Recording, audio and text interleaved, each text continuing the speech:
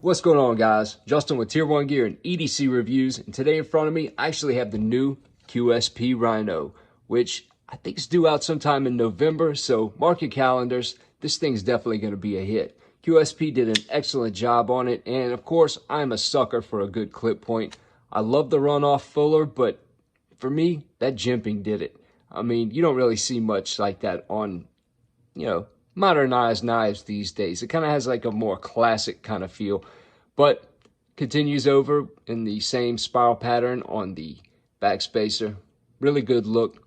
I love the, I don't know if that's Damascus or Makutai. I did not get any information on that, but it looks like a Makutai.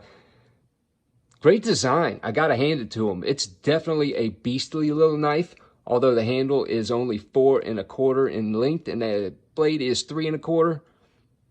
It feels like a much bigger knife in the hand. I mean, 7.5 inches isn't really much, but this thing feels like an absolute beast. It's kind of like a Medford meets an Andre de Villers, and QSP did the OEM work.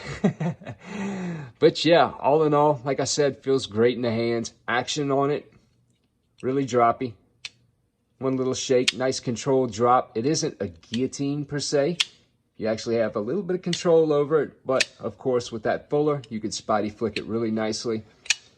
Fuller isn't sharp anywhere, won't scratch your fingernail all up if you fidget with it. Detent is really nice as well, not overdone, and I think the newer version will actually be a little more accessible on the front flipper. This one you really can't do because of just how it's shaped, but I think they will be extending that out a little bit, or maybe even doing something else with it. But I know the front flipper part will be more accessible on the final model.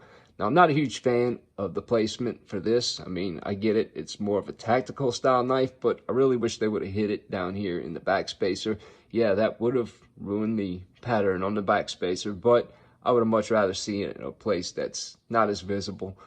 All in all, I gotta hand it to them on this design. They definitely nailed it, and I can't wait to see what else QSP does in the coming weeks. I know they're going to be dropping some new designs, and I really can't wait to see what's all in store for it. Now, of course, the blade is made from M390 on this, but you can see it is a sample. I do not know if this is going to be the exact final version available on the shelves, or if there will be other versions as well, like maybe black or something, same configuration, but with the Damascus. I don't know. So keep your eyes peeled for it either way. And yeah, thanks to Blade Banner, QSP, Apex Knife Pass Around Group. Yeah, they're the ones put this in my hand, and I got to tell you what, I'm glad I was able to check it out. It is a beautiful knife, and yeah, shout out to QSP on this one. November, folks. Stay safe. See you on the next one.